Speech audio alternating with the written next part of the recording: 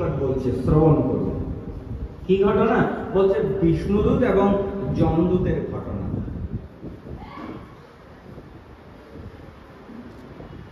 পুরাকালে কান্যকুব্জ দেশ নামে একটা দেশে অজামিল নামে এক ব্রাহ্মণ ছিল। তাই অজামিল ব্রাহ্মণ সংসর্গ দোষে সদাচার থেকে বিচ্যুত হয়ে যায়। দোষ, আমরা বলি না সৎসঙ্গে স্বর্গবাস, অসৎসঙ্গে সর্বনাশ। এই কিছু কিছু দোষ আমাদের মেনে চলতে হয়। এই সঙ্গদোষ, শাস্ত্রে কয়েকটি দোষের কথা বলেছে। সঙ্গদোষ, ভূমিদোষ, অন্ন দোষ, এগুলো মেনে চলতে হয়। সঙ্গের প্রভাবে আপনার মধ্যে ওই অসদ্গুণ সঞ্চারিত হবে। ভূমিদোষ, ভূমিদোষ মানে কোন স্থানে যদি কোন স্থানের লোকজন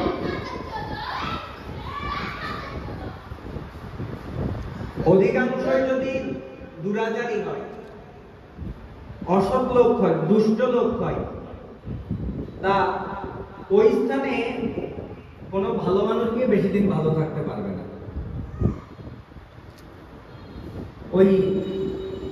ওই স্থানের লোকদের সাথে গিয়ে ওই ভালো মানুষটাও কদিন করে দুষ্ট হয়ে যাবে, নাহলে চলতে পারবে না। ওই স্থানের একটা প্রভাব থাকে। আর হচ্ছে অন্ন দোষ। আমরা এখন অনেকে ব্যঙ্গ করি যে আধুনিক যুগে এসে এই সকল এই খাওয়া খাওয়ি দোষের কথা বলছে। এইটা আমরা এখন আধুনিক সমাজ অনেকে মানতে চাই না, যে অন্যান্য সম্প্রদায়ের মধ্যে যদি দেখি তাহলে একসাথে বসে খাচ্ছে। কি হলো? মলিন স্বভাব, নানা রকমের আত্মপ্রবঞ্চনা, চর্য, কুৎসিত জীবিকা অবলম্বন, অর্থাৎ যত প্রকারের দুষ্ট কাজ আছে সেই কাজে লিপ্ত হল। জাতিটা ব্রাহ্মণ, অজামিল, ব্রাহ্মণ বংশে জন্ম। ব্রাহ্মণ বংশে জন্ম হলে কি হবে? স্বভাব, কার্যকলাপ জঘন্য হয়ে গেছে। সে কি করেছে? এক দাসীকে নিজের পত্নী রূপে গ্রহণ করেছে আর সেই দাসীর সাথে সংসার করছে। কি করে সৎ উপায়ে অর্থ উপার্জন করা যায় সেই দিকে তার লক্ষ্য নাই। চিত্তটা কলুষিত হয়ে গেছে। মানুষের মনটা যখন কলুষিত হয়ে যায় না, তখন আর কাজকর্ম, আচার আচরণ গুলো ঠিক থাকে না। আমরা বলি না মনটাই সবকিছু, বাস্তবিক পক্ষে তাই। তাহলে আমার মনটা যে ঠিক আছে এটা বুঝবো কি করে? যার কারণে ওই আচরণগুলি নষ্ট হয়ে গেছে। লোককে পীড়া দেয়া, দ্রুত ক্রীড়া, প্রবঞ্চনা, চর্য প্রবৃত্তি দ্বারা অর্থ সংগ্রহ করে জীবিকা নির্বাহ করত। আমরা গতকাল বলছিলাম ওই পাপের কথা, যখন বলছে পাপটা কি, বিভিন্ন রকমের পাপ আছে। এক কথায় যদি আমরা সহজ ভাষায় বলেছিলাম, পরপীড়ন, অপরকে কষ্ট দেওয়াই হচ্ছে পাপ। যে কোনো প্রকারে আমার দ্বারা যদি কেউ শারীরিক, মানসিক, বাচিক কোন প্রকারে যদি উপকার করাটাই হচ্ছে পুণ্য, পরের ক্ষতি করাই পাপ। তা অজামিল কি করছে? লোককে নানা রকম কষ্ট দিয়ে অর্থ সংগ্রহ করছে। যেই দাসীর সাথে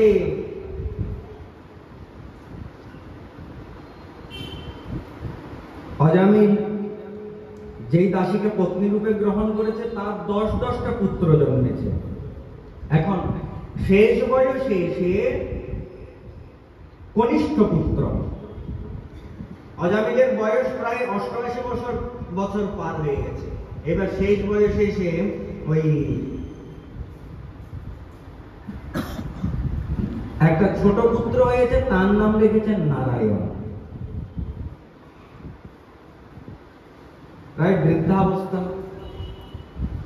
এখন নারায়ণকে নিয়ে স্বামী স্ত্রী দুইজন খুব আদর করে।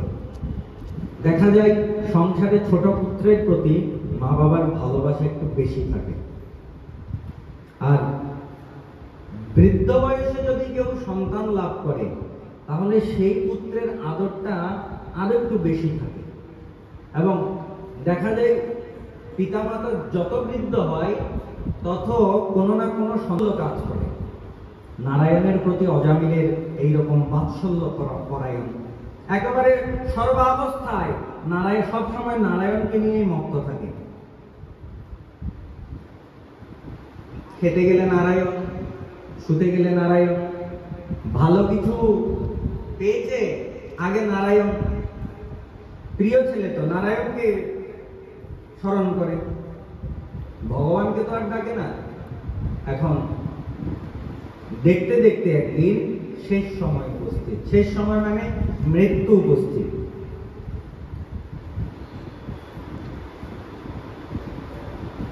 অজামিল দেখতে পেল তিনজন যমদূত এসেছে। যমদূত দেখতে কেমন? যমদূতগুলোর বক্রমুখ, উর্ধ্বরোম আর হাতে পাশ, বিভৎস চেহারা। এসে অজামিলের সামনে দাঁড়িয়েছে। অজামিল তো ভয়ে ভীত হয়ে গেছে।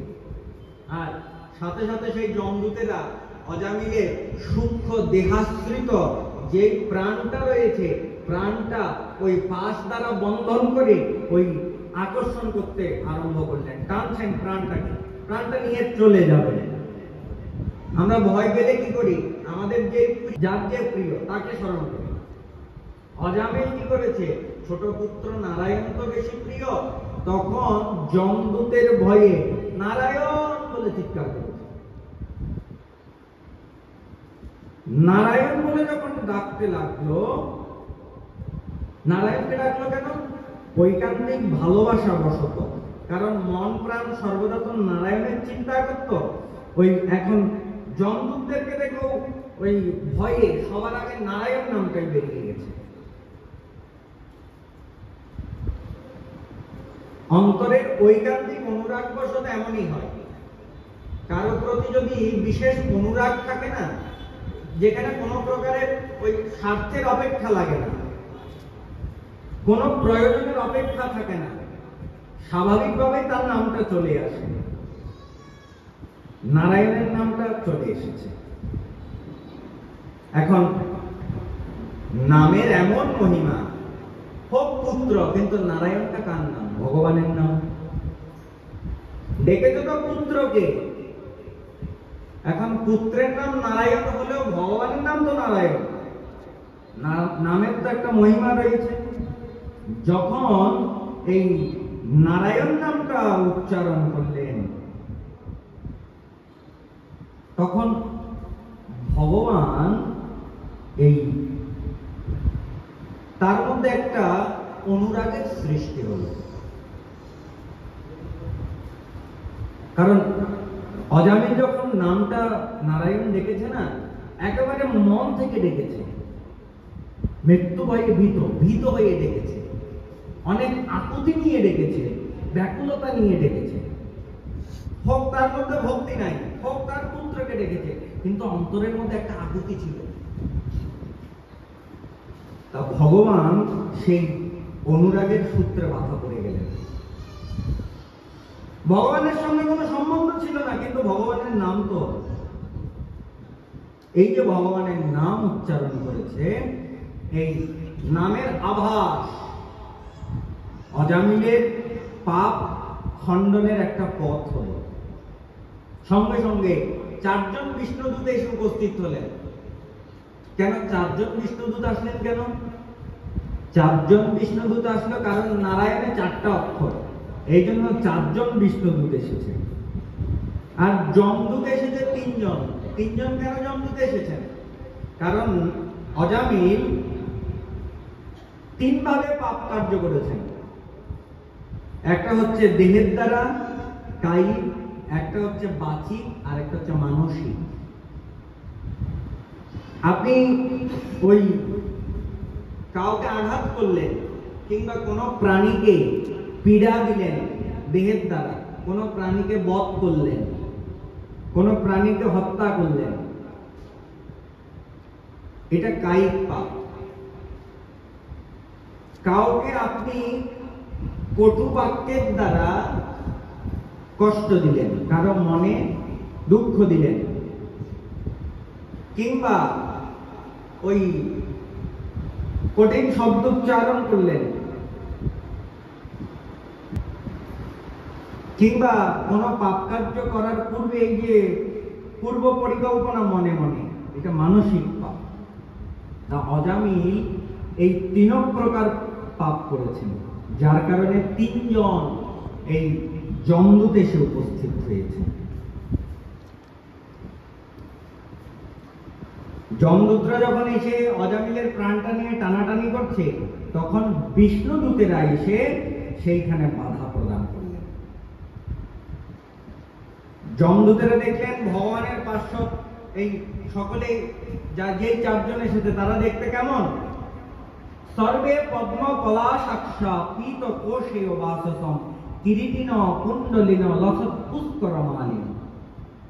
এই যারা নারায়ণের পার্শ্বদ তারা দেখতে ভগবানের নারায়ণের শ্রী বিগ্রহের অনুরূপ। ভগবান নারায়ণ দেখতে কেমন? চতুর্ভুজ, চারটা হাত, শঙ্খ চক্র গদা পদ্ম হাতের মধ্যে রয়েছে। তেমনি ভগবানের এই নারায়ণের যারা দূত তারাও দেখতে ভগবান নারায়ণের মতো চতুর্ভুজ দাঁড়িয়ে শঙ্খ চক্র গদা পদ্ম মূর্তিতে বিরাজমান। তারা এসে যমদূতদেরকে নিষেধ করলেন, এই তোমরা অজামিলকে কোথায় নিয়ে যাচ্ছ? অজামিলকে তোমরা নিয়ে যেতে পারবে না।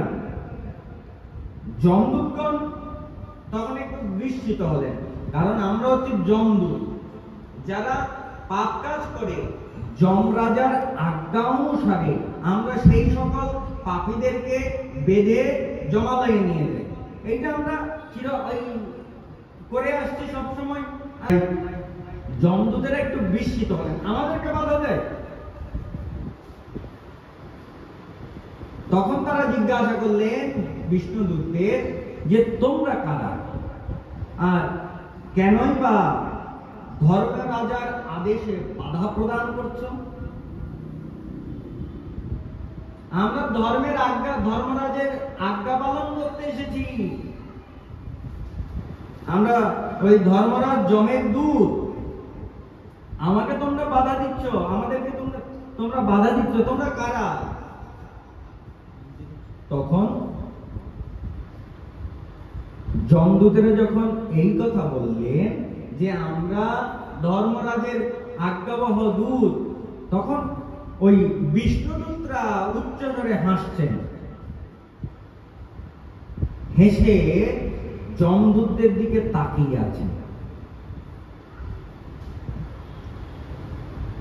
তাকিয়ে বিষ্ণুদূতেরা যমদূতদেরকে বলছেন, আচ্ছা কোন কোন কার্যের জন্য জীবকে কিরকম দণ্ড প্রদান করতে হয়, উপযুক্ত বিষয় কি? আর যারা কর্মপথে প্রবৃত্ত মানব মাত্রই কি দণ্ডযোগ্য? কারণ মানব প্রতিনিয়ত কত কর্ম করে চলেছে, এই কর্মের মধ্যে কত পাপ কর্ম করছে। এখন এই মানব মাত্রই কি দণ্ড প্রদানের যোগ্য?